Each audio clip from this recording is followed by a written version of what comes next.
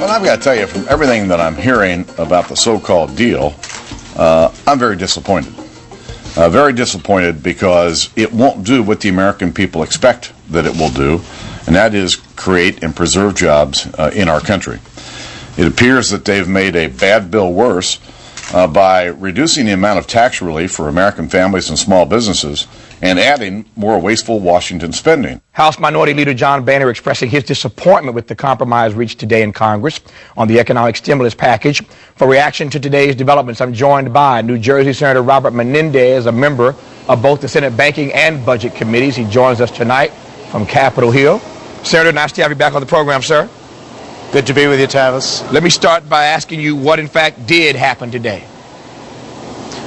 Well, what we did is strengthen the President Obama's economic recovery package from where it left the Senate in a conference that actually makes sure that we get more people to work, which is job one of this bill. It's about jobs, jobs, jobs.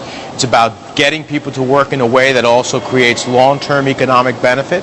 It's about giving the president's centerpiece effort on making work pay a reality, giving working families a tax break.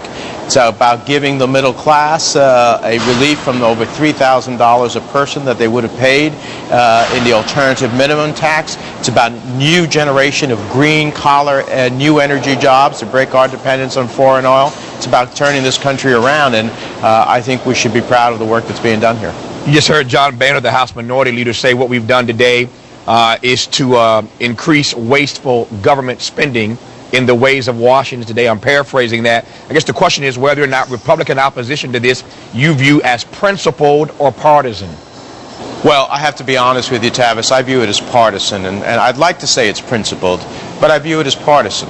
Look, when the Republican leader in the House, Mr. Boehner, said before the president several weeks ago went to visit them at their caucus that the bill was dead on arrival, announced 2 hours before President Obama went to talk to them in an unprecedented effort to reach out to their side.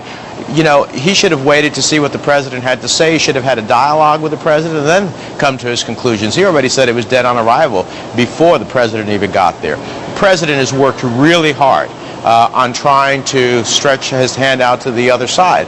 But, you know, they have obviously not heard the results of the people's desire for change. They obviously have misinterpreted the results of the election, and they obviously don't understand that this economy is in a deep, deep challenge, and that only by creating an effort to turn it around and put people back to work and get money flowing and creating demand in our economy are we going to be able to avoid, you know, some of the great catastrophe that might be before us. You are in charge of oversight where this money is being spent, being on the Banking Committee and on the Budget Committee.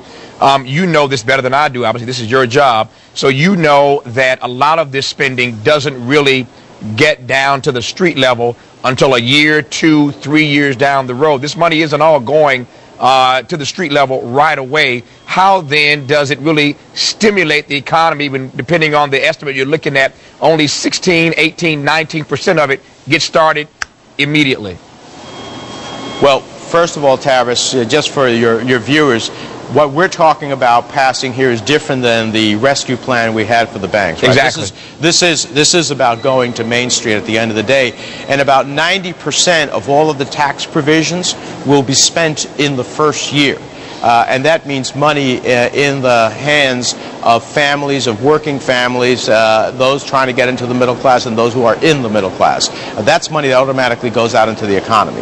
Secondly, on the construction type jobs, both for schools, some of those monies have been replaced in this compromise. Some of the original money on transportation, those are ready to go jobs. Those mean that those have projects that have already been approved. They have all of the elements necessary to start work. We'll see that after this is signed within a couple of months. So the overwhelming majority of this money is going to be put out in this first year and then moving on into the second year. And that's the reality of where it is. Republicans continue to take 1% of this bill and try to highlight it and criticize it, and they let go the 99% that is actually going to make a big difference as the president has envisioned. You rightly state, Senator Menendez, that there are two issues here. One, of course, is the stimulus package that is being talked about, of course, today, conferenced on today. And there is the second part of this, that those TARP funds, that $700 billion rescue package. Let me go now to that second issue that you raised. Mr. Geithner, the Treasury Secretary, has been making the rounds the last couple of days on the Hill, talking to your committee and others about how the second half, that is to say this $350 billion is going to be spent this time around. Tell me why the American people should believe that it is going to be spent any better than the first $350 billion, which I think most Americans have to be disappointed in how the banks spent that money for acquisitions, for investments, for paying down their debt, for trying to buy corporate airplanes. How is this second half going to be spent better than the first half? Well, Tavis, this is a great question, and I share the American people's incredible outrage over how some of the banks dealt with the first 350 under the previous administration with Secretary Paulson. The difference is Secretary Geithner and President Obama have a different set of parameters as to how they're going to put out this money. First of all, it's going to be about making sure that there's lending into our communities to make sure that the small and mid-sized businesses have access to the capital they need to keep their people employed and to grow their businesses. It's going to be about consumer lending to make sure that the teacher who needs access for a car loan is going to be able to get it even though she has a good score and can't get it now. That will change. It is going to be about foreclosure mitigation. A significant part of that will go to ensure that more people stay in their homes and that we ultimately create performing assets instead of non-performing assets and strengthen neighborhoods and communities. The president has a very clear message. You know, when he called me to ask me to vote for the second $350 billion, and I asked him some questions about what's it going to be different than what we saw under the Bush administration, he made it very clear to me there's going to be incredible transparency. Tavis, you're going to be able to go on to a website and see who's getting the money, under what terms and conditions they got it, and how they perform. That's not available right now. There's going to be accountability. And today, Secretary Geithner was before one of the committees that I serve on, and I said to him, Mr. Secretary, there has to be consequences as well. If, in fact, we're going to give money to these banks to strengthen their situation, to create the lending, to ensure the mortgage mitigation, to ensure that, in fact, this economy turns around and we unfreeze the frozen credit markets, if they don't do what they're supposed to be, there have to be consequences. And he agreed. And so we will look to see how the administration puts out the rest of they've given a broad outline. They're going to put meat on the bones. When we see those meat on the bones, I think we're going to see a program that will do what we want to do. Save the banks, be able to ensure that the financial markets are stable, increase investor confidence, be able to get money to small and mid-sized businesses, be able to get it to consumers, stop the meltdown in our foreclosure process, and start moving this country financially in a better direction. Let me offer this then, Senator, as the exit question. We started this conversation talking earlier about your assessment as to the partisan nature that is of the Republican opposition to this stimulus package. Let me offer this as the close. The Democrats control the White House, you control the House, you control the Senate. A year or two down the road, how do the American people keep score?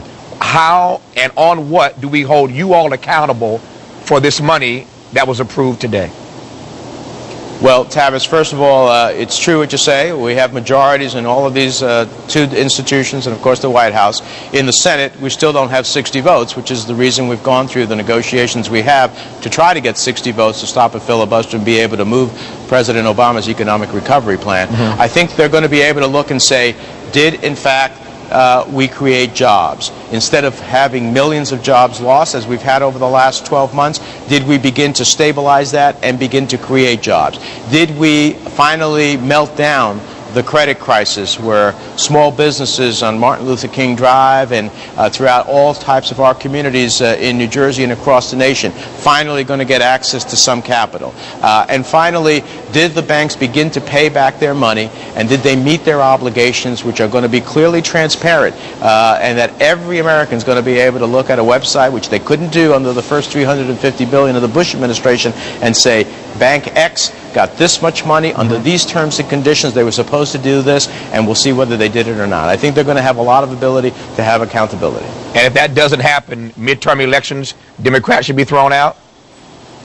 I fully expect that we will perform just as we passed children's health care, just as we passed equal pay for equal work regardless of your race or gender, just as we will pass this economic recovery package. We will continue to perform, and the American people who have the patience to understand this is going to overturn overnight. This has been creating over the last 8 years. This is what President Obama inherited. He's doing his best to turn it around, and I think people will have the patience to see the benchmarks that we're moving in the right direction. I believe we're going to perform, and I think that performance will be rewarded. We will be watching. Senator Robert Menendez, Democrat of New Jersey. Senator, always glad to have you on. Thanks for your insight. Good to be with you. Thanks.